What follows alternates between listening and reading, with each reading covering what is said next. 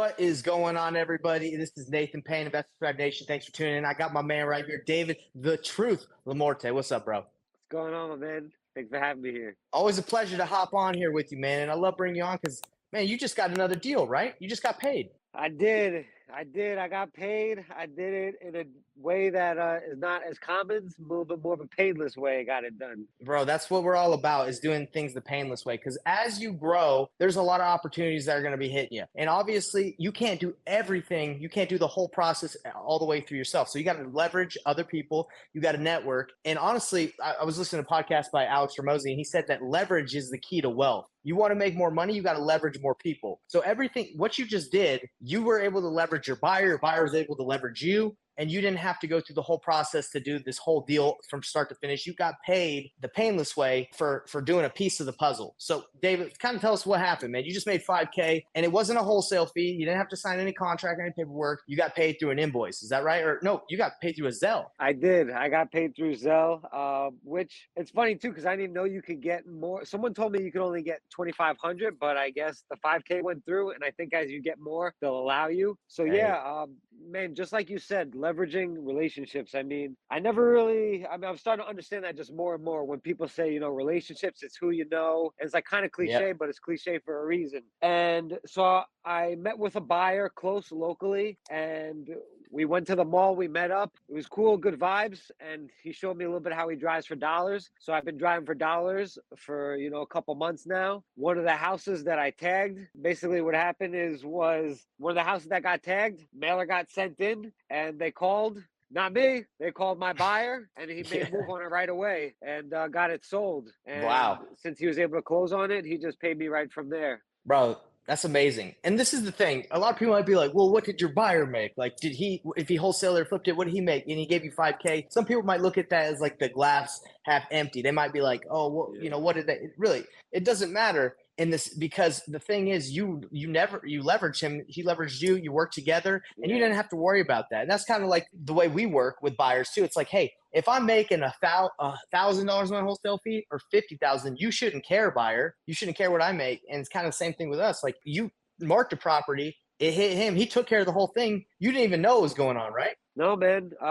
Yeah, and I hope he makes 50K or more, because and I don't think we didn't even talk about this, because we'll see what happens as it flips. But if it goes through, then it might be able to get a little extra on the back end. But I'm just happy with what I got. But that's just a little possibility over there. So. Bro, let's go. So you were able to develop a relationship enough with a buyer that, is willing to pay you, and you didn't have to sign any, you didn't have to lock it up in a wholesale agreement and then assign it to him. He just sent you a Zelle. Now, that's exactly the relationships that I'm talking about. Now, you want to develop relationships with people where there's trust involved. And obviously people are like, you can't trust anybody. But look, you can get on the level with people, I believe, to a certain extent where you feel that trust, right? Maybe like someday they might get crazy, but that's on them.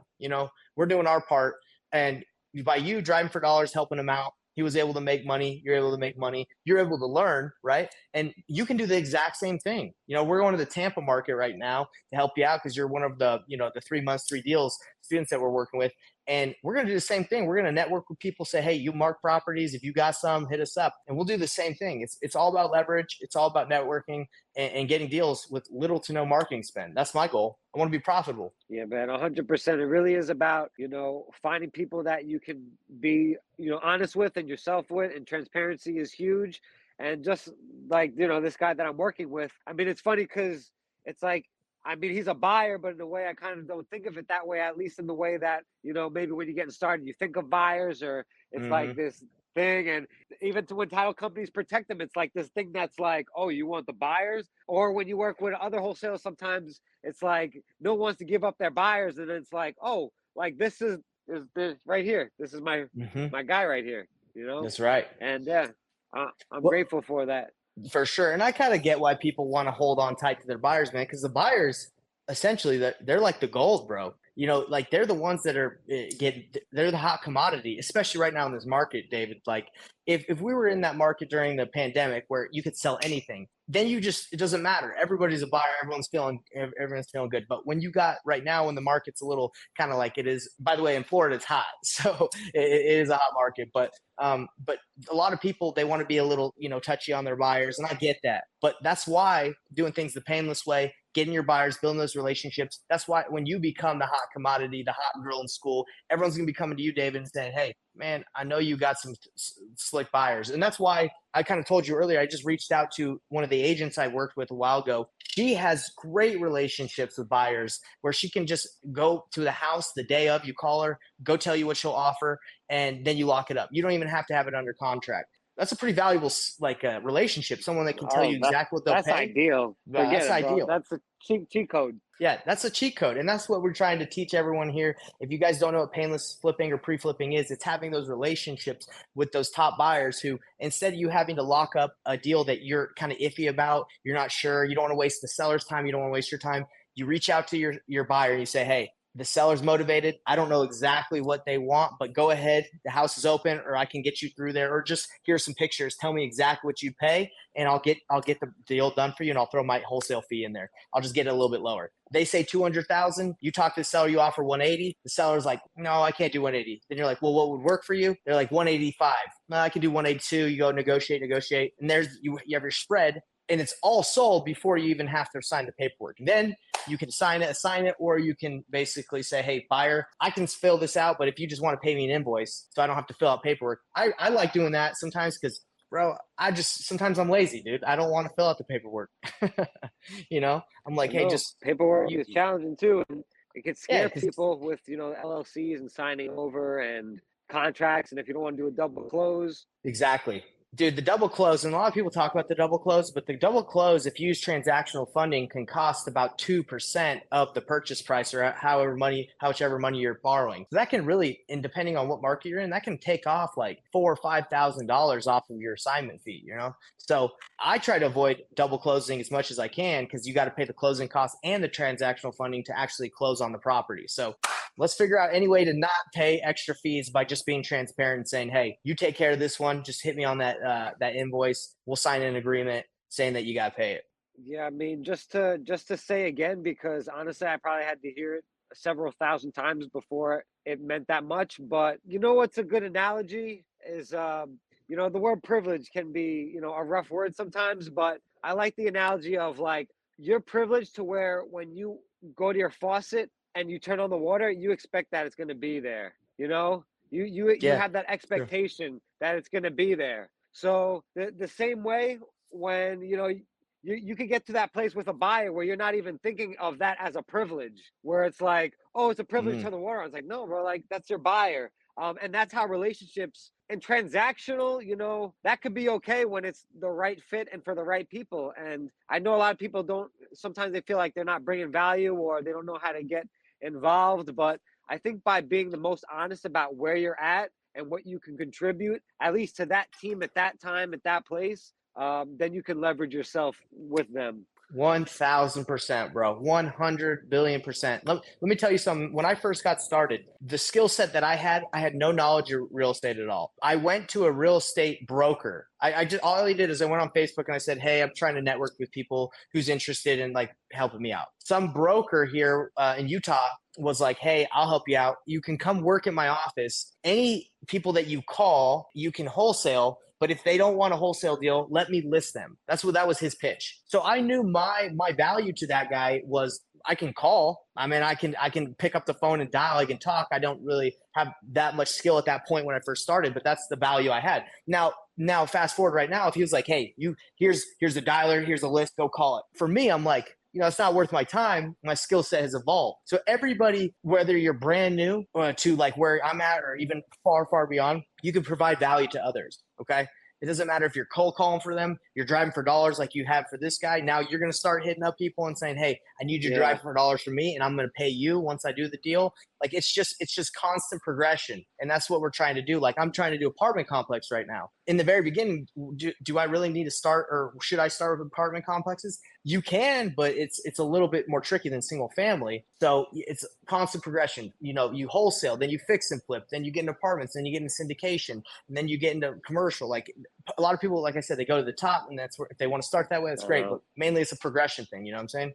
Yeah, and honestly, a lot of times, like, it might be a harsh truth, but I'm like learning this more and more as I get into deeper circles with bigger pockets and more things. Like, I mean, you'll turn off investors if you're not honest about your lane because they're always trying to compute how can we work together, and you're just like Mm, a weird thing in the algorithm to them that's wasting time and space. It's like, why are you here? Like, what's your purpose? Like, and especially all the next level people, like millionaires, billionaires, the top levels, they're thinking like, how can I be of value in this room? And then if you're just kind of like you don't know how to bring any and you're like asking them to help you even more, it's like, okay, you do need help, but they all like this person also has built out sources for you to like not have this conversation with them. Without that social awareness, you'll kill your relationships, especially with buyers, because those are like they're about their money and they can potentially make tons of money. And you coming in, you want to be respectful of that. dude, you are 1 billion% right, man. It's all about time. Time is the key. And if you're in there wasting everybody's time and not providing any value back and giving them back more of their time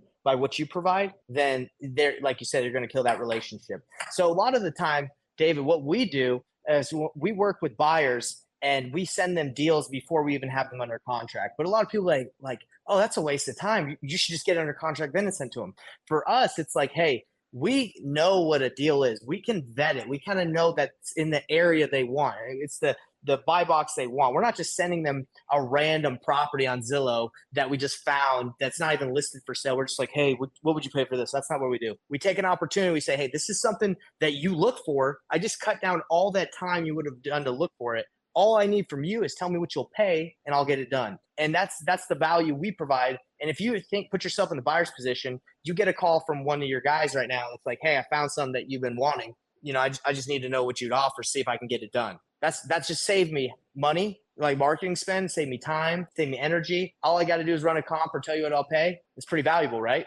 100%. And you might be surprised as you come across people, how much they want. Wholesalers could be a dirty word, but like people really want good wholesalers, people who are going to sign and be about them and bring them good deals. Because from what we're seeing, it can be flooded and pretty rare just to someone who's genuine and trying to know their numbers or like be open to what your numbers are so we can work with you. For sure, bro.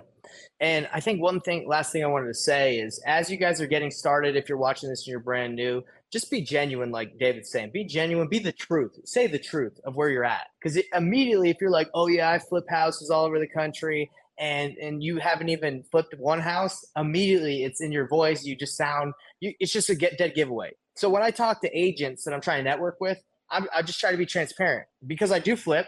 I flipped houses all over the country. I'm just like, hey, I flip houses. This house that I'm looking at, I was wondering if you have any buyers in the area because I don't want to flip this one. I'm thinking about wholesaling it. Do you deal with wholesalers? Do you have any buyers that would be interested in a house right next to your listing? Now, if you try to go, like walk around and not try to like be kind of cheeky or, not transparent, it could not go the right way. So again, when you're calling these people, just be real with where you're at. If you're brand new, I'm brand new. And if they don't want to work with you because you're brand new, that's probably not the right person to work with. They don't want to deal with the noob, and that's okay. You know what I'm There you saying? go. Exactly. Well, David, you got Yeah, some fans on. 100%. We got some fans on here for you, David. A big shout out to both of you, amazing guys. We got some fans.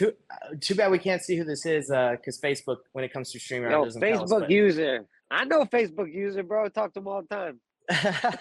Oh, you do, bro? Okay, shoot. All right. Well, David, we're about to wrap up. This has been a good episode about how you got 5K the painless way, marked property. You got Zelled, many more to come. And if you want to drive for dollars for David, he'll pay you too. No problem. If you work in the Tampa area or if you're in Long Island, hit him up. David, you got anything you want to say? Anything you want to leave the audience with before we take off? Just want to let people know they could reach me. You can find me on Facebook, David LaMorte, or you can reach me. My number is 631-495-7586. We're now in Tampa, St. Petersburg, and Clearwater, but also still doing deals out here in Long Island. So let me know. Love to talk with you. Yeah, David's got the sickest buyers there. We're talking hedge funds. We're talking the agents that can, if you got a property where you got a seller who's like really motivated and you just don't want to lock it up yet, and you need David's help, hit him up. He'll take a look at it. He'll send it to his buyers. He'll vet it. And, maybe we could do a deal together. We love JVing. We got one question. David, are you up for a question? I got a question from the audience. Yeah, Can you I hear me? just was freezing a little bit, but Okay. We got a I can question hear from the you. audience. How do you get an agent to write your offer sight unseen? Because some agents rather all offers are seen first.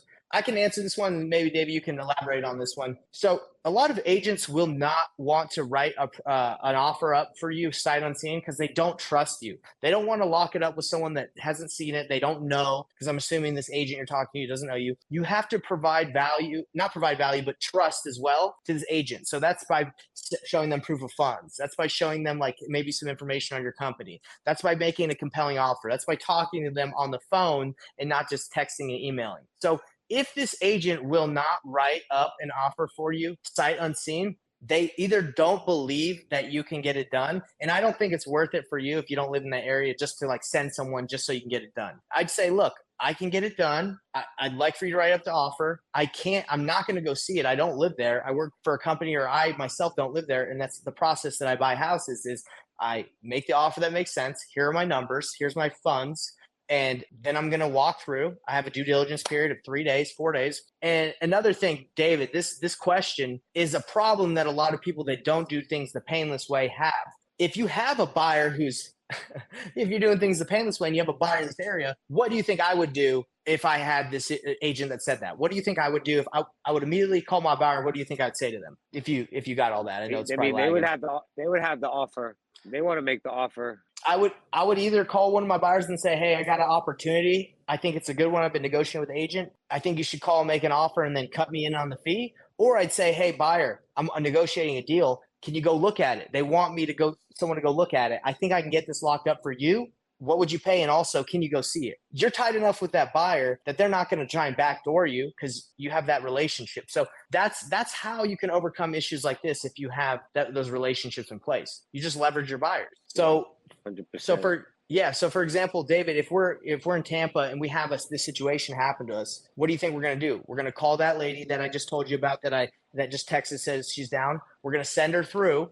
Bada bing, bada boom. We make that offer. Mm-hmm. If they won't write it until then, no problem. Yeah, and I would also just to add in, because I'm not sure, sometimes the lingo unseen or sight unseen, like if that's like literally you can't get in the house and they're not showing anybody, no one's there, and if that's what you mean, then be very weary of that because you don't know what that can of worms is. And either way, you're going to want your offer to be pretty low, because when you're buying sight unseen, like if no one's allowed in the house, even if you have pictures, you don't really know where that house is at. That could be another 40, 50, 60, 100K in rehab, and you don't know what's in there. So just something to be aware of. Good point. Actually, I was talking to a seller this week, David, and he's like, oh man, the house only needs carpet and paint.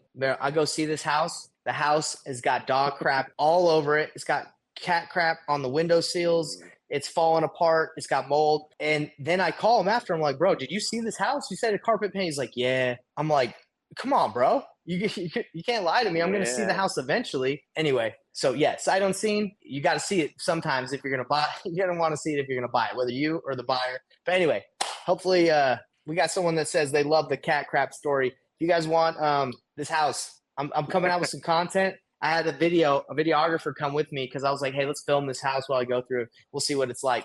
And it was bad, bro. David, I'm telling you, it was bad, bro. So bad. So anyway, we got some good questions coming through for everybody that's watching. Give a shout out to David for working hard. Hit him up. Like I said, if you got deals in the Long Island area or in the Tampa, St. Pete, Clearwater area, we're here to work. We're here to help you guys do deals. If you need help, we got solid buyers. Let's get it. Everybody have a blessed day. Let's get it done. Let's make some money. Let's succeed. Later.